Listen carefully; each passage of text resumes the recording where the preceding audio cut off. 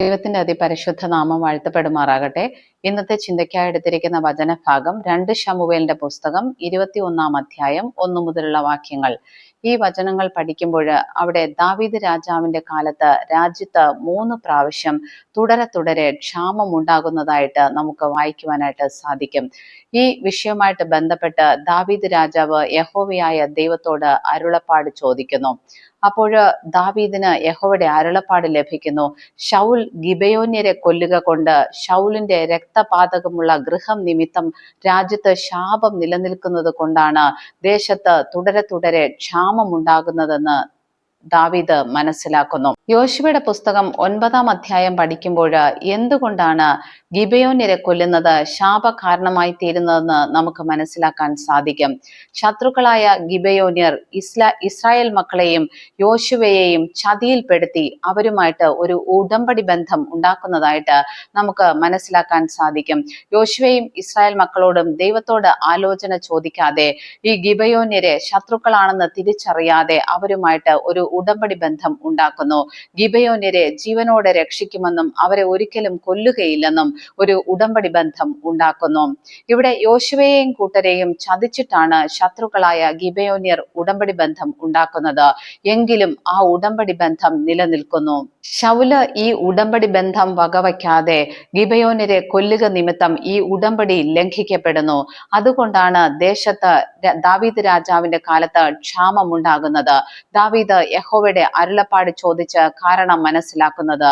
ഉടൻ തന്നെ ദാവീദ് രാജാവ് ഗിബയോന്യരെ വരുത്തി ഈ ഉടമ്പടി ലംഘനത്തിന് പരിഹാരം ചോദിക്കുമ്പോൾ എന്തു ചെയ്യണമെന്ന് ചോദിക്കുമ്പോൾ അവര് ശൗലിന്റെ ഗോത്രത്തിൽ നിന്ന് 7 പേരുടെ ജീവനാണ് ഈ ഉടമ്പടി ലംഘനത്തിന് പരിഹാരമായിട്ട് ചോദിക്കുന്നത്.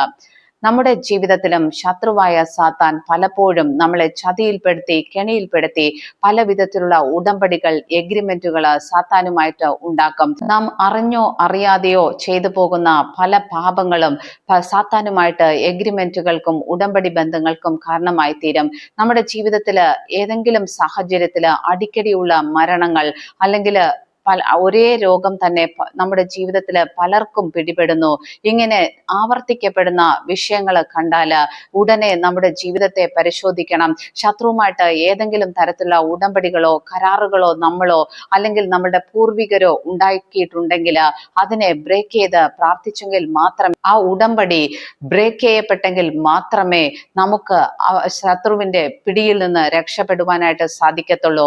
ഉടമ്പടി നിലനിൽക്കുന്നിടത്തോളം കാലം സാത്താനുമായിട്ട് നമ്മളൊരു കരാർ ഉണ്ടാക്കിയാൽ പാപം ചെയ്യുന്നതിലൂടെ സാത്താനുമായിട്ട് നമ്മളൊരു കരാർ ഉണ്ടാക്കിയാൽ നമ്മൾ ആ കരാർ നിലനിൽക്കുന്നിടത്തോളം സാത്താൻ നമുക്കെതിരെ വാദിച്ചുകൊണ്ടേയിരിക്കും.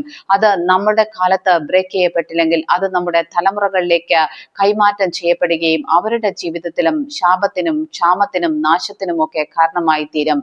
അതുകൊണ്ട് നമ്മുടെ ജീവിതത്തിൽ നിരന്തരമായ സാമ്പത്തിക ബുദ്ധിമുട്ടുകൾ അല്ലെങ്കിൽ അടിക്കടിയുള്ള ഒരേ രോഗങ്ങൾ അല്ലെങ്കിൽ അപകട മരണങ്ങൾ നിരന്തരമായിട്ട് കുടുംബങ്ങളിൽ സംഭവിക്കുന്നെങ്കിൽ ഈ സാഹചര്യങ്ങളിലൊക്കെയും ഏതെങ്കിലും വിധത്തിൽ ശത്രുവുമായിട്ട് ഉടമ്പടി ഉണ്ടാക്കിയിട്ടുണ്ടോ എന്ന് നമ്മുടെ ജീവിതത്തെ പരിശോധിക്കാം. അല്ലെങ്കിൽ നമ്മുടെ മാതാപിതാക്കൾ അല്ലെങ്കിൽ പൂർവ്വപിതാക്കന്മാര് ഇങ്ങനെയുള്ള എന്തെങ്കിലും ഉടമ്പടി ബന്ധങ്ങൾ ഉണ്ടാക്കിയിട്ടുണ്ടെങ്കിൽ ക്രിസ്തുവിന്റെ രക്തത്താല് വിശ്വാസത്തോടുകൂടി അതിനെ ബ്രേക്ക് ചെയ്ത് പ്രാർത്ഥിക്കാം.